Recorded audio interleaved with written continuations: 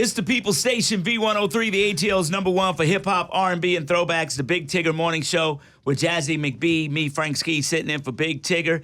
And Jazzy McBee, she is here. She is finally here. She says the next governor of the great state of Georgia, Mayor Keisha Lance Bottoms, soon to be governor. How are you? Oh, in the name of Jesus. In the Thank name. you. Glad to be here. Good. We heard the announcement.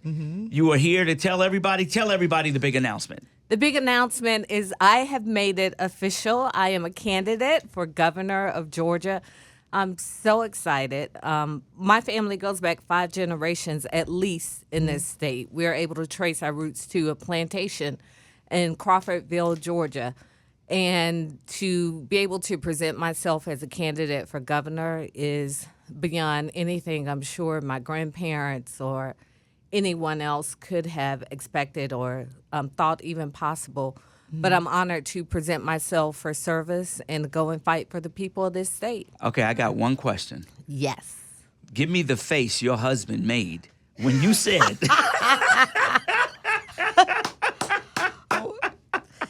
He said, we doing this blank to blank again? Oh my gosh. Gotta keep it honest. Yes, I know. Wow. Now, what inspired you to run for governor? You know, November was a turning point for me personally, as I know it was for so many of us across the state and across the country. And I really gave a lot of thought and prayer as to what I can do in this moment. I served as mayor for 3 years under the first Trump administration. And of course, I didn't vote for him in November, but we were all hopeful that things might be different. Not expecting it, but hoping. And this Trump 2.0 has been even worse than the first go-round. And people are anxious. People are uncertain right now. They're concerned about how they are going to put food on the table. They're concerned about the price of eggs. They're concerned about putting gas in their car. Their small businesses are being hit with these tariffs. And I started really thinking about what does this season in my life call for me to do. And that's how I came to the decision to run for governor. Yeah. You know, there's a lot of people in this state that are Trump supporters. Trump won the state. How do you get over that hump?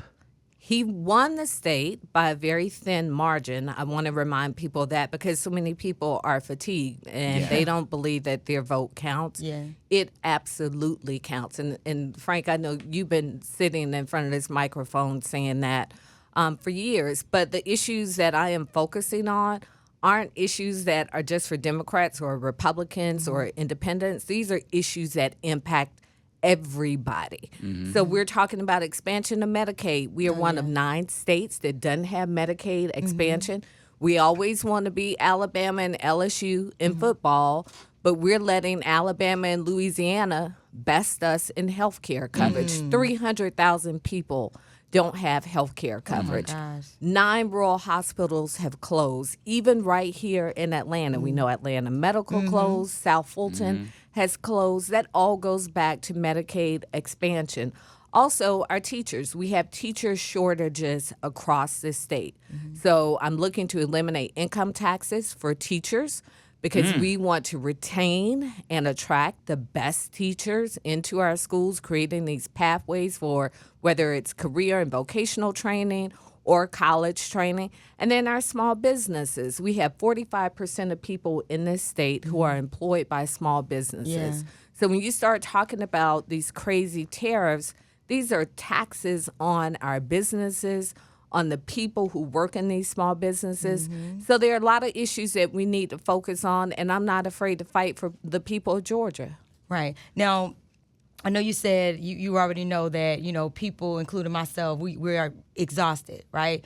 The tariffs, the grocery store prices are high, gas prices are high, people are losing their job. So we're really concerned. So how can we trust when you become governor, and we're speaking into existence, that you get in and do what you say you're going to do? Because there's a lot of politicians that come in and say, oh, we're going to do this, that, and the third, and then they don't deliver, and then we're disappointed by what they told us that they would do when they get in office. So how can we trust that from you? I'm a fighter. Okay. I've always been a fighter. It doesn't mean that I'm perfect, but it means that I stand up for our communities. And it's about listening too. So I can sit here and I can tell you all these things that I think I should do. I can talk to you about corporate landlords and how we need to crack down on them and all these things that I think are important. But it's also going to take hearing from people and going into communities what's important to you. When I was mayor, a lot of my policies were crafted around feedback that I got from people saying, these are the things that matter to me. These are the things I need you to do. So I have my list, but I'm also going to create a list based on what I hear as I go throughout the state of Georgia and hear from people and continuing just to work together to make our lives better. You know, some people don't understand that while you were mayor, you probably had the most difficult tenure of any mayor in Atlanta history. You brought us through the pandemic, through the riots, through the protest, and brought us to this. And I know it was exhausting because we sat there and watched it. I watched you midnight on television, like almost like somebody took you out of the bed to get down there and make those press conferences. There are going to be critics that are going to say, you quit on us. There's going to be critics that say, you quit and went to Washington and you did not run again. What do you say to them? Well, you know, I've also heard Ambassador Young say that my tenure was a pretty tough tenure. So that's quite a validator there. But what I will say is I'm very proud of the 4 years that I served. My term was for 4 years, and I completed every single day. I ran through the tape on those 4 years. I was given multiple opportunities to leave early, to go and join the Biden administration. And I was committed to staying to serve Atlanta, even when extended an opportunity to become a part of the president's cabinet. And I'm very proud of what I accomplished as mayor, what we accomplished together.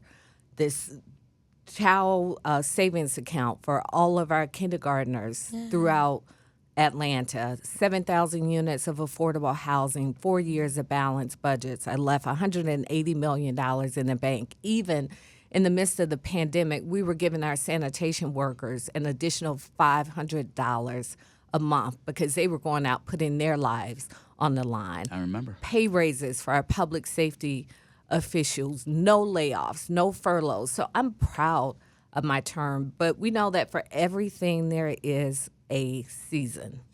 And for that season in my life, the best decision for me was not to seek reelection. Okay. But I served until the very end, proud of what I left for Atlanta, and this is a different season.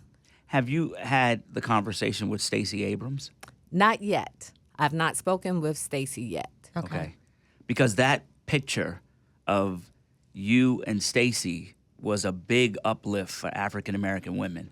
We thought having her as governor, you as mayor, was a powerful statement. Yeah. And then she ran twice, didn't win. Now you're stepping into that role.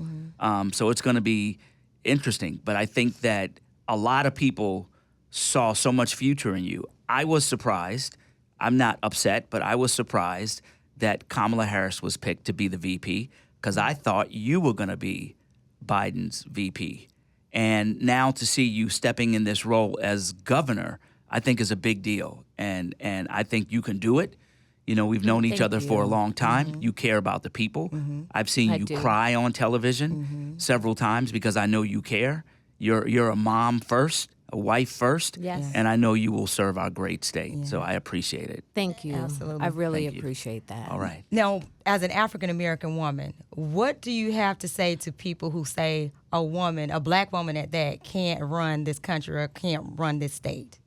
Well, you know, we're running things all day, every day. We just may not have the title and get the credit for it. That part. But what I will say is that we are more than prepared. We make tough decisions every day. Yep. Yeah. Whether it's logistically, how we're going to get, 2, 3, 4 kids from point A to point B. Yep. How are we going to make decisions about our budgets and our households? How are we going to do a lot with a little? How do we maintain our peace? How do we keep our communities safe? We're making those decisions anyway. So it's possible. Even when you look at the race between Kamala Harris and Donald Trump, the numbers weren't that thin. Now, she didn't win, so we're not counting it as a victory. But what we saw was that if we just had a few more people turn out, if we had gone to a few more communities and knocked on doors and called people on the phone and had people post online and do all the things that we know we need to do to win, then we could have turned this state again. We've sent Warnock back several times. I've forgotten how many times we voted for Senator Warnock. We elected Ossoff, and even in 20, Biden and Harris won this state. So it is possible if we keep pushing, showing up, and doing what we need to do. All right. Right. There it is. You heard it first. One last question. So for those who are listening and those people in the community who are really exhausted of voting, what would you have to say and how would you encourage them? I would remind them of the words of Congressman John Lewis. Our vote is the most powerful weapon that we have. Okay. And if we don't use our votes as our voice, then we are not a part of the conversation. And we see how quickly one election can turn everything around. All right. So one last challenge, which is a very important one. In order to be the governor of the state of Georgia, you have to be able to do the boots on the ground dance. Do you have your fan? I've been practicing. You've been practicing? Practicing. There it Keisha, is. how's the mac and cheese going, girl? Let me tell you, my children are raving about my mac and cheese. I'm doing multiple cheeses. I know that's right. Okay. So between my fan and my mac and cheese, You ready? I'm ready. All Okay, right. good deal. Keisha Lance Bottoms for governor. It's the People Station V-103, the Big Tigger Morning Show with Jazzy McBee. Thank you very much. Thank you all.